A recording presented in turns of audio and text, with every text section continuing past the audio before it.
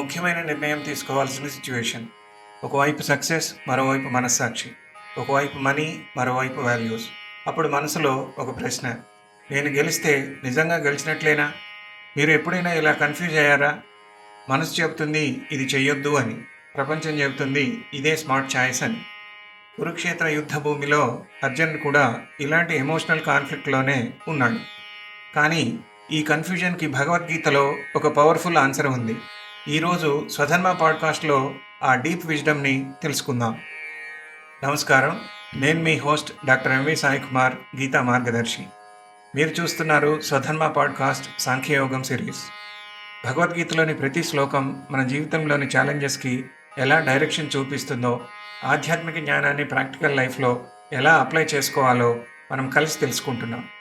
ఈరోజు మనం భగవద్గీత 2వ అధ్యాయం 5వ శ్లోకం గురించి తెలుసుకోబోతున్నాం. గురూన్ హత్వా హి మహానుభావాన్ శ్రేయో భోక్తుం భైక్ష్యమపీహ లోకే హత్వార్థకామాస్తు గురూనిహైవ భుంజీయ భోగాన్ రుధిర ప్రదిగ్ధాన్.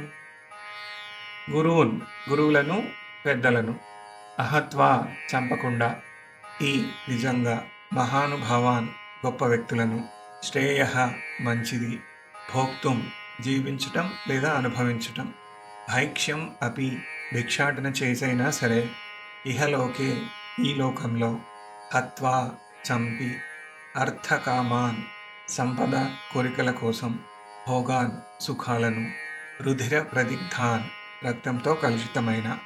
వాస్తవానికి అర్జునుడు ఎందుకు ఇలా అన్నాడు? అర్జునుడు ఇక్కడ ఒక షాకింగ్ స్టేట్మెంట్ చెప్తున్నాడు.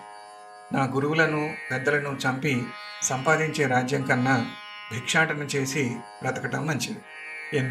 ఎందుకంటే అతనికి ఒక పెయిన్ఫుల్ రియలైజేషన్ వచ్చింది. ధర్మాన్ని కోల్పోయి గెలిస్తే ఆ గెలుపు నాకు శాంతి ఇవ్వదు. ఇప్పుడు ఒక ముఖ్యమైన ప్రశ్న, మన జీవితంలో కూడా ఇలాంటి సిచ్యువేషన్స్ వస్తే ఎప్పుడైనా ప్రమోషన్ కోసం ఎథిక్స్ కాంప్రమైజ్ చేయాలనిపించిందా? రిలేషన్షిప్ కాపాడాలా లేక ఈగో గెలవాలనిపించిందా? మనీ కోసం వాల్యూస్ కాంప్రమైజ్ చేయాలనిపించిందా? ఇక్కడే ఈ శ్లోకం మన జీవితంలోకి వస్తుంది. ఈ శ్లోకం యొక్క డీప్ మెసేజ్ ఏంటంటే, ధర్మం లేకుండా వచ్చిన విజయం నిజమైన విజయం కాదు. అర్జునుడు ఇక్కడ ఒక గొప్ప లెసన్ నేర్పుతున్నాడు. కొన్ని విజయాలు బయటికి షైనీగా కనిపిస్తాయి, కానీ మనసులో గిల్ట్, రిగ్రెట్, అన్రెస్ట్ ఉంటే అది నిజమైన సక్సెస్ కాదు. భగవద్గీత మనకు చెప్తుంది, peace of mind is more valuable than external victory. మనస్సాక్షి ప్రశాంతంగా లేకపోతే ఏ సక్సెస్ అయినా ఇన్కంప్లీట్. ఒక చిన్న కథను చూద్దాం. ఒక యంగ్ ప్రొఫెషనల్ ఉన్నాడు, చాలా టాలెంటెడ్ మరియు హార్డ్ వర్కింగ్. ఒకరోజు అతనికి తన కంపెనీలో ఒక పెద్ద ప్రమోషన్ అవకాశం వచ్చింది. కానీ ఒక కండిషన్, అతను ఒక ఫాల్స్ రిపోర్ట్ని అప్రూవ్ చేయాలి. అలా చేస్తే శాలరీ పెరుగుతుంది, పొజిషన్ పెరుగుతుంది, రెస్పెక్ట్ కూడా పెరుగుతుంది.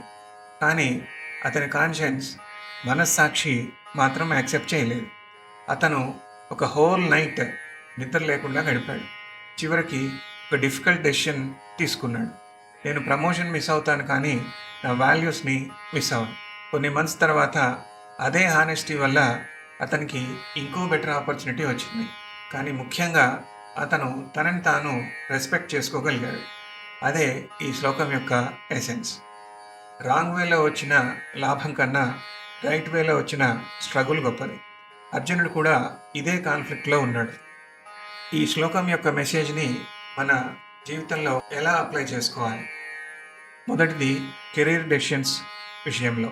ఒక జాబ్ ఆపర్చునిటీ మనీ ఇస్తుంది, కానీ ఎథిక్స్కి ఆపోజిట్ అయితే? ఈ శ్లోకం అడుగుతుంది, ఈ విజయం మీ వాల్యూస్కి సరిపోతుందా? రెండవది, రిలేషన్షిప్స్ విషయంలో. కొన్ని ఆర్గ్యుమెంట్స్లో గెలవచ్చు, కానీ రిలేషన్షిప్స్ లూజ్ అయితే? గెలుపు ఉన్నా ఆనందం ఉండదు. Sometimes peace matters more than proving a point. మూడవది, పర్సనల్ ఇంటెగ్రిటీ విషయంలో.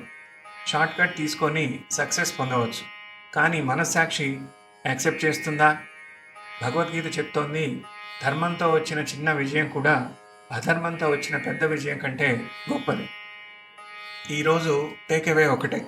ప్రతి విజయం విలువైంది కాదు, మనసుకి శాంతి ఇచ్చే విజయం మాత్రమే నిజమైన విజయం. ఈరోజు నుండి మిమ్మల్ని మీరే ప్రశ్నించుకోండి. నేను గెలవాలనుకుంటున్నానా, లేక ప్రశాంతంగా ఉండాలనుకుంటున్నానా? ఎందుకంటే ధర్మం ఉన్న చోటే నిజమైన ఆనందం ఉంటుంది. ఈ శ్లోకం మీకు ఏ ఇన్సైట్ ఇచ్చింది? మీ జీవితంలో వాల్యూస్ కోసం మీరు తీసుకున్న ఒక డిఫికల్ట్ డెసిషన్ ఏదైనా ఉందా? కామెంట్ సెక్షన్లో తప్పకుండా షేర్ చేయండి. ఈ ఎపిసోడ్ మీకు మీనింగ్ఫుల్గా అనిపిస్తే మీ ఫ్రెండ్స్, ఫ్యామిలీ, స్టూడెంట్స్తో షేర్ చేయండి. ఇలాంటి భగవద్గీత ఆధారిత ప్రాక్టికల్ లైఫ్ విజ్డమ్ కోసం స్వధర్మ పాడ్కాస్ట్ని సబ్స్క్రైబ్ చేసుకోండి. మరో పవర్ఫుల్ శ్లోకంతో, ఇన్సైట్తో మళ్ళీ కలుద్దాం. ధర్మంగా జీవిద్దాం, ఆనందంగా జీవిద్దాం. సర్వే జనా సుఖినో భవంతు. ఓం శాంతి శాంతి శాంతి.